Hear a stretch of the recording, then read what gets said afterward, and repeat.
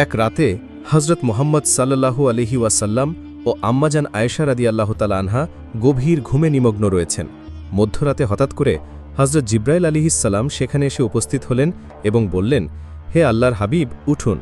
জিব্রাইল আলাইহিসসালামের আহ্বানে মহানবী সাল্লাল্লাহু আলাইহি ওয়াসাল্লাম ঘুম থেকে জাগ্রত হলেন। তখন হজরত জিব্রাইল আলাইহিসসালাম বললেন, মহান রব্বুল আলামিন তার রহমতের এবং মাগফিরাতের ৩০০টি দরজা খুলে দিয়েছেন।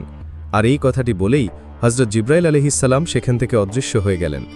এদিকে মহানবী সাল্লাল্লাহু আলাইহি ওয়াসাল্লাম দেখলেন আম্মাজান আয়েশা রাদিয়াল্লাহু তাআলা আনহা তখনও গভীর ঘুমিয়ে আছেন। তাই হজরত আয়েশা রাদিয়াল্লাহু তাআলা আনহাকে কিছু না বলেই নবীজি সাল্লাল্লাহু আলাইহি ওয়াসাল্লাম ঘর থেকে বের হয়ে গেলেন। এর বেশ কিছুক্ষণ পর আয়েশা রাদিয়াল্লাহু তাআলা আনহার ঘুম ভেঙে গেল। তিনি দেখলেন নবীজি সাল্লাল্লাহু আলাইহি ওয়াসাল্লাম তার পাশে শুইতো নেই। কোথায় গেলেন নবীজি সাল্লাল্লাহু আলাইহি ওয়াসাল্লাম? আয়েশা রাদিয়াল্লাহু তাআলা আনহা ঘরের ভেতর তালাশ করতে লাগলেন। ঘরের মধ্যে না পেয়ে যিনি বাহিরে আসলেন, নবীজি সাল্লাল্লাহু আলাইহি ওয়াসাল্লামের অন্যান্য স্ত্রীগণের রুমেও খুঁজতে লাগলেন। না, কোথাও নবীজি সাল্লাল্লাহু আলাইহি ওয়াসাল্লামকে পাওয়া যাচ্ছে না। আয়েশা রাদিয়াল্লাহু তাআলা আনহা ভেবেছিলেন যে নবীজি সাল্লাল্লাহু আলাইহি ওয়াসাল্লাম নিশ্চয়ই চুপি চুপি অন্য কোনো স্ত্রীর রুমে গেছেন। যাই হোক, কোথাও না পেয়ে তিনি সোজা চলে গেলেন হযরত ফাতিমা রাদিয়াল্লাহু তাআলা আনহার বাড়িতে। ফাতিমা রাদিয়াল্লাহু তাআলা আনহাকে বললেন, হে ফাতিমা, তোমার আব্বাজানকে কোথাও খুঁজে পাচ্ছি না। তোমার বাড়িতে কি তোমার আব্বাজান এসেছেন? ফাতিমা রাদিয়াল্লাহু তাআলা আনহা তখন জবাব দিলেন, না, আব্বাজান তো এখানেও আসেননি। অতঃপর হযরত আলী রাদিয়াল্লাহু তাআলা আনহু নবীজি সাল্লাল্লাহু আলাইহি ওয়াসাল্লামকে খোঁজার জন্য বের হয়ে গেলেন। হযরত আলী রাদিয়াল্লাহু তাআলা আনহু এর সাথে হযরত হাসান হোসেন রাদিয়াল্লাহু তাআলা আনহু, ফাতিমা রাদিয়াল্লাহু তাআলা আনহা ও আম্মাজান আয়েশা রাদিয়াল্লাহু তাআলা আনহাও বের হয়ে গেলেন নবীজি সাল্লাল্লাহু আলাইহি ওয়াসাল্লামকে খুঁজে বের করার জন্য। সবাই মিলে মহানবী হযরত মুহাম্মদ সাল্লাল্লাহু আলাইহি ওয়াসাল্লামকে খোঁজ করতে করতে মসজিদে এসে দেখলেন যে সেখানেও তিনি নেই। তখন আয়েশা রাদিয়াল্লাহু তাআলা আনহা কেঁদে কেঁদে বললেন, নবীজির অন্যান্য বিবিদের ঘরেও তালাশ করলাম, কিন্তু সেখানে তিনি নেই। আল্লাহর ঘর মসজিদে এসেও নবীজিকে তালাশ করলাম, এখানেও সে পেলাম না। তাহলে কোথায় গেলে আমার প্রাণের নবীকে পাওয়া যাবে? তখন হযরত আলী রাদিয়াল্লাহু তাআলা আনহু বললেন, যেহেতু নবীজি সাল্লাল্লাহু আলাইহি ওয়াসাল্লামকে মসজিদে পাওয়া গেল না, তাহলে হয়তো কবরস্থান জান্নাতুল বাকিতে পাওয়া যেতে পারে। আলী রাদিয়াল্লাহু তাআলা আনহু এর কথা শুনে সবাই মিলে জান্নাতুল বাকিতে এসে দেখলেন যে মহানবী হযরত মুহাম্মদ সাল্লাল্লাহু আলাইহি ওয়াসাল্লাম সিজদায় পড়ে আছেন। সেই সিজদার নূর এবং মহানবী সাল্লাল্লাহু আলাইহি ওয়াসাল্লামের চেহারার নূরে জান্নাতুল বাকির কবরস্থান আলোতে আলোতে আলোকিত হয়ে গেছে। এরপর ফাতিমা রাদিয়াল্লাহু তাআলা আনহা মহানবীর মাথার কাছে এসে উপস্থিত হলেন এবং বললেন, আব্বাজান, আপনার উপর কি কোনো ওহী নাজিল হয়েছে, নাকি কোনো শত্রুর ধাওয়া খেয়ে আপনি এখানে এসে আত্মজোপন করেছেন? তখন নবীজি সাল্লাল্লাহু আলাইহি ওয়াসাল্লাম সিজদা থেকে মাথা উঠিয়ে ফাতিমা রাদিয়াল্লাহু তাআলা আনহাকে বললেন, হে ফাতিমা, আমার উপর কোনো ওহী নাজিল হচ্ছে না। আমি কোনো শত্রুর ধাওয়া খেয়েও এখানে আত্মগোপন করিনি।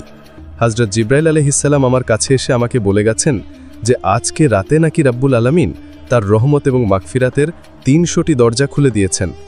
হে ফাতিমা, আজকের রাত এমন একটি রাত যে রাতে বান্দার ভাগ্য নির্ধারণ করা হয়, যে রাতে মহান রব্বুল আলামিন বান্দাদেরকে ক্ষমা করে দেন। এটা হলো অর্থ শাবানের রাত, শাবানের ১৪ তারিখের দিবাগত রাত। অর্থ শাবানের রাতে মহান রব্বুল আলামিন বান্দাদের দিকে মনোযোগ দেন এবং ক্ষমা প্রার্থনাকারীদের ক্ষমা করেন, অনুগ্রহ প্রার্থীদের অনুগ্রহ করেন, বিদ্বেষ পোষণকারীদেরকে ছেড়ে দেন তাদের অবস্থাতেই। হে ফাতিমা, আমি সেজদায় পড়ে জান্নাতুল বাকিতে যারা শায়িত আছেন তাদের জন্য মহান রব্বুল আলামিনের কাছে দোয়া করেছি, কেননা আমি যা জানি তা তোমরা জানো না, আমি যা দেখি তা তোমরা দেখো না। আমি রাসূল যখন কবরের পাশে এসে দাঁড়াই, কবরবাসীদের সাথে মহান রব্বুল আলামিন কি আচরণ করেন তোমরা দিনের বেলা যেমন সবকিছু স্পষ্ট দেখতে পাও, আমি তেমনি কবরের আযাব স্পষ্ট দেখতে পাই। ফাতিমা, আমি জান্নাতুল বাকিতে চলে এসেছি আমার সাহাবীদের জন্য আল্লাহ তাআলার দরবারে মাগফিরাত কামনা করতে। মহান রব্বুল আলামিন যেন আমার সাহাবীদেরকে জান্নাতের কঠিন আযাব থেকে নাজাত দান করেন। সুবহানাল্লাহ। একদা রাত্রে প্রিয় নবী হযরত মুহাম্মদ সাল্লাল্লাহু আলাইহি ওয়াসাল্লাম নামাজে দাঁড়ালেন এবং এত দীর্ঘ সেজদা করলেন যে হযরত আয়েশা রাদিয়াল্লাহু তাআলা আনহা ধারণা করলেন যে হযরত মুহাম্মদ সাল্লাল্লাহু আলাইহি ওয়াসাল্লাম হয়তোবা মৃত্যুবরণ করেছেন। তখন আয়েশা রাদিয়াল্লাহু তাআলা আনহা মহানবী সাল্লাল্লাহু আলাইহি ওয়াসাল্লামের বৃদ্ধাঙ্গুল নাড়া দিলেন। নবীজি সাল্লাল্লাহু আলাইহি ওয়াসাল্লামের বৃদ্ধাঙ্গুল নড়ল। আয়েশা রাদিয়াল্লাহু তাআলা আনহা তখন নিশ্চিন্ত হলেন। এরপর নবীজি সাল্লাল্লাহু আলাইহি ওয়াসাল্লাম যখন সেজদা থেকে উঠলেন এবং তার নামাজ শেষ করলেন, আয়েশা রাদিয়াল্লাহু তাআলা আনহাকে লক্ষ্য করে বললেন, হে আয়েশা, তোমার কি এই আশঙ্কা হয়েছে যে আল্লাহ রাসূল তোমার হক নষ্ট করবেন? উত্তরে আয়েশা রাদিয়াল্লাহু তাআলা আনহা বললেন, না ইয়া রাসূলুল্লাহ, আপনার দীর্ঘ সেজদা দেখে আমি এ আশঙ্কা করছিলাম যে আপনি মৃত্যুবরণ করেছেন কিনা। নবীজি সাল্লাল্লাহু আলাইহি ওয়াসাল্লাম তখন জিজ্ঞেস করলেন, হে আয়েশা, তুমি কি জানো এটা কোন রাত? জবাবে আয়েশা রাদিয়াল্লাহু তাআলা আনহা বললেন, আল্লাহ ও তার রাসূলই ভালো জানেন।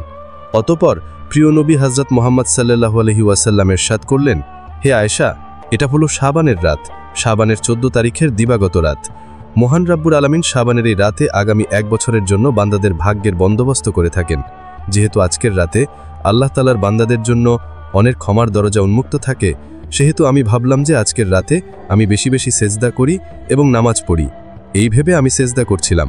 নবীজি সাল্লাল্লাহু আলাইহি ওয়াসাল্লাম এর কথা শুনে আয়েশা রাদিয়াল্লাহু তাআলা আনহা খুবই আনন্দিত হলেন। সুবহানাল্লাহ। আল্লাহ তাআলা আমাদের সকলকে শাবানের মধ্য রজনীতে বেশি বেশি নামাজ এবং সেজদা করে মহান রাব্বুল আলামিনের দোয়ায় শরীক হওয়ার তৌফিক দান করুন। আমিন। আল্লাহ তাআলা আমাদের সকলকে শাবানের মধ্য রজনীতে বেশি বেশি নামাজ এবং সেজদা করে মহান রাব্বুল আলামিনের দোয়ায় শরীক হওয়ার তৌফিক দান করুন। আমিন। আল্লাহ তাআলা অর্ধ শাবানের রাতে তার বান্দার প্রতি মনোযোগ দেন এবং ক্ষমা প্রার্থনীদের ক্ষমা করেন এবং অনুগ্রহ প্রার্থীদের অনুগ্রহ করেন, আর বিদ্বেষ পোষণকারীদের ছেড়ে দেন তাদের অবস্থাতেই। প্রিয় দর্শক শ্রোতা, আমরা এই হাদিস থেকে আমরা শবে বরাতের রাতে ইবাদত বন্দেগী সম্পর্কে আমরা এই শিক্ষা পাই যে দীর্ঘ নফল নামাজ পড়া, যাতে সেজদা দীর্ঘায়িত হয়, পবিত্র কোরআন তেলাওয়াত করা, নবীজি সাল্লাল্লাহু আলাইহি ওয়াসাল্লামের প্রতি দরুদ পড়া, ইস্তেগফার পড়া এবং ক্ষমা প্রার্থনা করা, একনিষ্ঠ মনে আল্লাহ তাআলার কাছে দোয়া করা। রাতের কিছু সময় ঘুমানো এমন যেন না হয় যে সারা রাতের দীর্ঘ ইবাদতের ফলে ফজরের নামাজের জামাত ছুটে যায়। পরদিন রোজা পালন করা, কেননা নবীজি সাল্লাল্লাহু আলাইহি ওয়াসাল্লাম বলেছেন, অর্ধ শাবানের রাত অর্থাৎ শাবান মাসের 14 তারিখ দিবাগত রাত যখন আসে, তখন তোমরা এই রাতটি ইবাদত বন্দেগীতে কাটাও এবং দিনের বেলায় রোজা রাখো। কেননা এই রাতের সূর্যাস্তের পর মহান রাব্বুল আলামিন প্রথম আসমানে আসেন এবং বলেন, কোনো ক্ষমাপ্রার্থী আছো কি? আমি তাকে ক্ষমা করে দেব। আছে কি কোনো রিজিক প্রার্থী? আমি তাকে রিজিক দেব। এভাবে সুবহে সাদিক পর্যন্ত মহান রাব্বুল আলামিন তার বান্দাদের ডাকতে থাকেন। সুবহানাল্লাহ। তাছাড়া প্রতি আরবি মাসের 13, 14 ও 15 তারিখ তথা আইয়ামুল বিজরে রোজা রাখা, এটা সহিহ হাদিস দ্বারা প্রমাণিত। আর শাবান মাসের এই দিনটিও আইয়ামুল বিজরের অন্তর্গত। প্রিয় নবী হযরত মুহাম্মদ সাল্লাল্লাহু আলাইহি ওয়াসাল্লাম নিজেও আইয়ামুল বিজরের রোজা রাখতেন। অন্য আরেক বর্ণনায় পাওয়া যায় যে এক রাতে প্রিয় নবী হযরত মুহাম্মদ সাল্লাল্লাহু আলাইহি ওয়াসাল্লাম ও আম্মাজান খাদিজা রাদিয়াল্লাহু তাআলা আনহা ঘুমেছিলেন। নবীজি সাল্লাল্লাহু আলাইহি ওয়াসাল্লাম যখন বুঝতেন পারলেন আয়েশা রাদিয়াল্লাহু তাআলা আনহা ঘুমিয়ে গেছেন, তখন তিনি চুপিসারে ঘর থেকে বের হয়ে গেলেন। এদিকে আম্মাজান আয়েশা রাদিয়াল্লাহু তাআলা আনহাও ঘুমিয়েছিলেন না। তিনি মূলত ঘুমের ভান করেছিলেন। তিনি ভাবলেন তার অগোচরে রাসূল সাল্লাল্লাহু আলাইহি ওয়াসাল্লাম কোথায় যান সেটা তিনি দেখবেন। তাই তিনি কৌতূহলবশত নবীজি সাল্লাল্লাহু আলাইহি ওয়াসাল্লামের পিছু নিলেন। নবীজি সাল্লাল্লাহু আলাইহি ওয়াসাল্লাম এগিয়ে চলছেন, পিছু পিছু হযরত আয়েশা রাদিয়াল্লাহু তাআলা আনহা।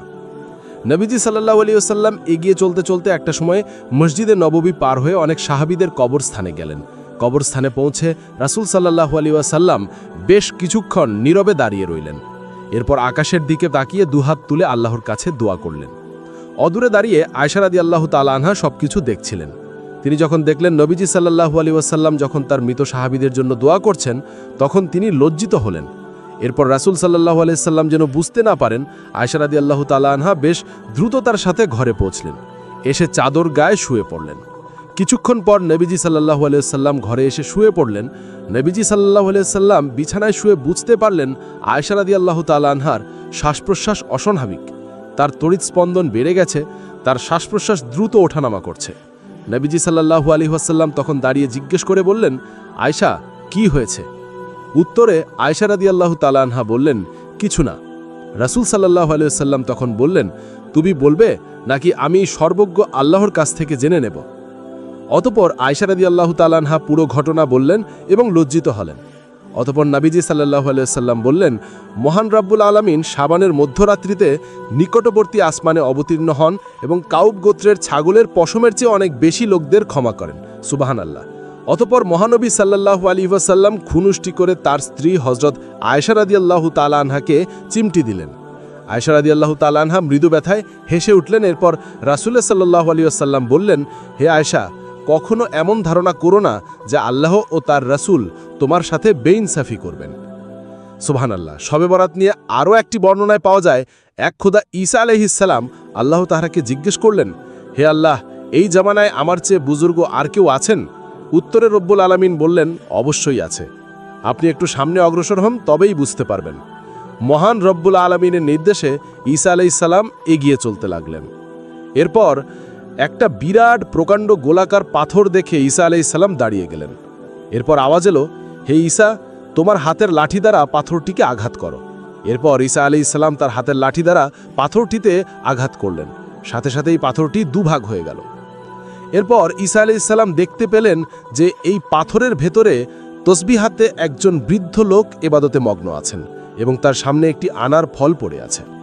ঈসা আলাইহিসসালাম সে বৃদ্ধ লোকটিকে জিজ্ঞেস করলেন, আপনি কে এবং কতদিন থেকে আল্লাহর ইবাদতে এখানে মশগুল আছেন? তখন বৃদ্ধ লোকটি বললেন, আমি এই এলাকারই একজন মানুষ। আমার মায়ের দোয়ায় আল্লাহ তাআলা আমাকে এই বুজুর্গি দান করেছেন। 400 বছর ধরে আমি আল্লাহর ইবাদতে মগ্ন আছি। আমার আহারের জন্য মহান রব্বুল আলামিন জান্নাত থেকে একটি ফল পাঠিয়ে দেন। সুবহানাল্লাহ।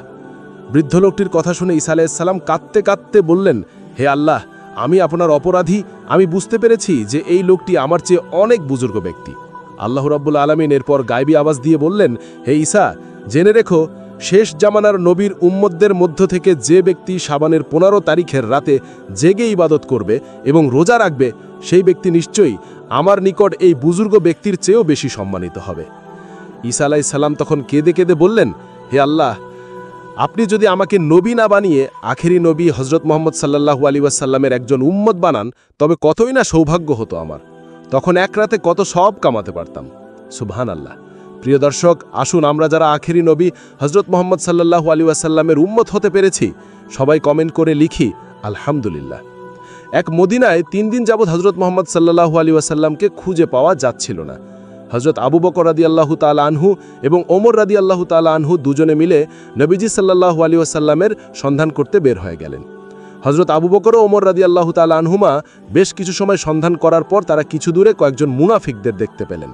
তারা দুজনে মিলে সেই মুনাফিকদের কাছে গেলেন এবং ওমর রাদিয়াল্লাহু তাআলা আনহু সেই মুনাফিককে বললেন, হে মুনাফিক, তোমরা কি আমার নবীজি সাল্লাল্লাহু আলাইহি ওয়াসাল্লামকে কোথাও দেখেছো? আমরা তাকে বেশ কিছুদিন ধরে কোথাও খুঁজে পাচ্ছি না। তখন সে মুনাফিক বলল, আমরা কোথাও আপনাদের নবীজিকে দেখতে পাইনি।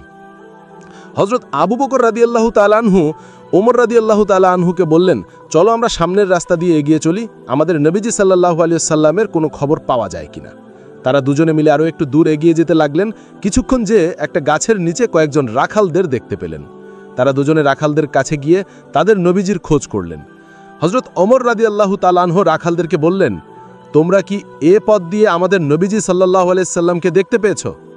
তখন তাদের মধ্যে এক রাখাল বলল, আজ 2-4 দিন যাবৎ ওই গুহা থেকে এক লোকের কান্নার আওয়াজ শোনা যাচ্ছে, আর তার ওই কান্নার আওয়াজে আমাদের গাভীগুলো আজ 2-4 দিন ধরে কোনো খাবার খাচ্ছে না, আর বাছুরগুলো তাদের মায়ের দুধ খাচ্ছে না।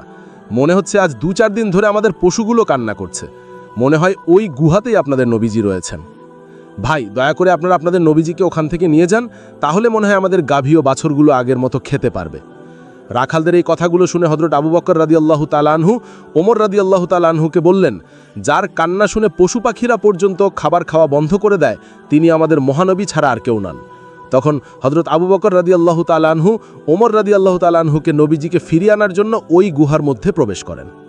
তারা দুজনে গুহার ভেতরে প্রবেশ করে দেখতে পেলেন যে রাসূল সাল্লাল্লাহু আলাইহি ওয়াসাল্লাম নামাজে বসে সেজদায় উম্মতি উম্মতি বলে কান্না করছেন। তখন ওমর রাদিয়াল্লাহু তাআলা আনহু নবীজি সাল্লাল্লাহু আলাইহি ওয়াসাল্লামকে বললেন, হে দয়াল নবী, আমরা 2-4 দিন যাবৎ আপনাকে দেখতে না পেয়ে প্রায় পাগলের মতো হয়ে গেছি।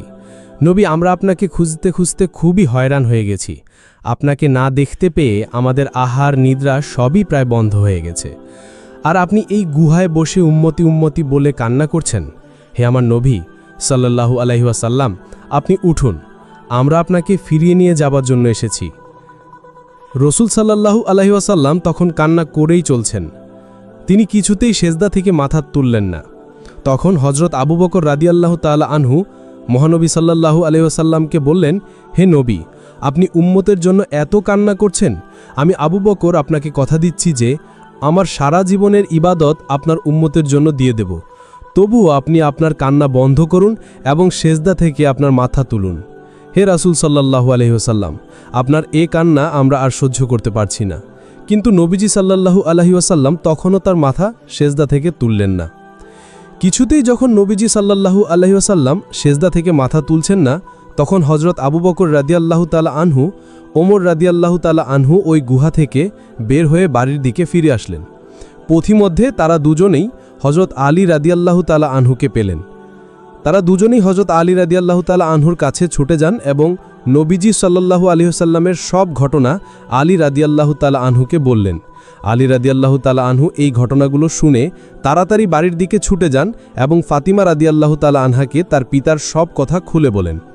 ফাতিমা রাদিয়াল্লাহু তাআলা আনহা এই কথাগুলো শুনে হযরত হাসান ও হোসেন রাদিয়াল্লাহু তাআলা আনহুকে সঙ্গে নিয়ে সেই গুহার মধ্যে নবীজি সাল্লাল্লাহু আলাইহি ওয়াসাল্লামের সাথে দেখা করতে যান। তারপর ফাতিমা রাদিয়াল্লাহু তাআলা আনহা গুহার মধ্যে প্রবেশ করে দেখেন যে নবীজি সাল্লাল্লাহু আলাইহি ওয়াসাল্লাম তখনও সেজদায় পড়ে কাঁদছেন আর বলছেন, উম্মতি উম্মতি।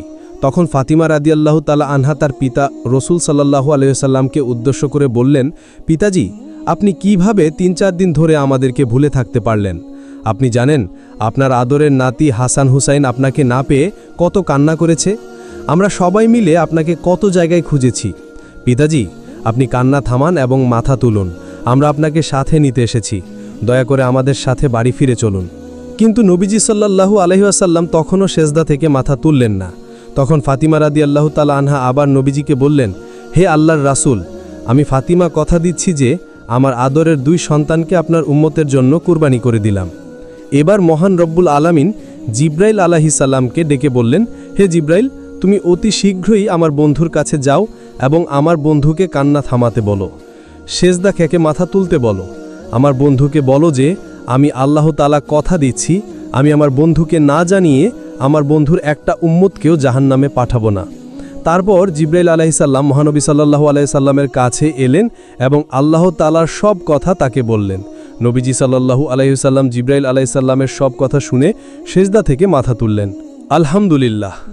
প্রিয় দর্শক, যে নবী তার উম্মত অর্থাৎ আমাদের জন্য এত কষ্ট করেছেন, এত কেঁদেছেন এবং হাসুর ময়দানে আমাদের জন্য সুপারিশ করবেন, সেই প্রাণের নবী হযরত মুহাম্মদ সাল্লাল্লাহু আলাইহি ওয়াসাল্লামের সম্মানার্থে দরুদ শরীফ পাঠ করি।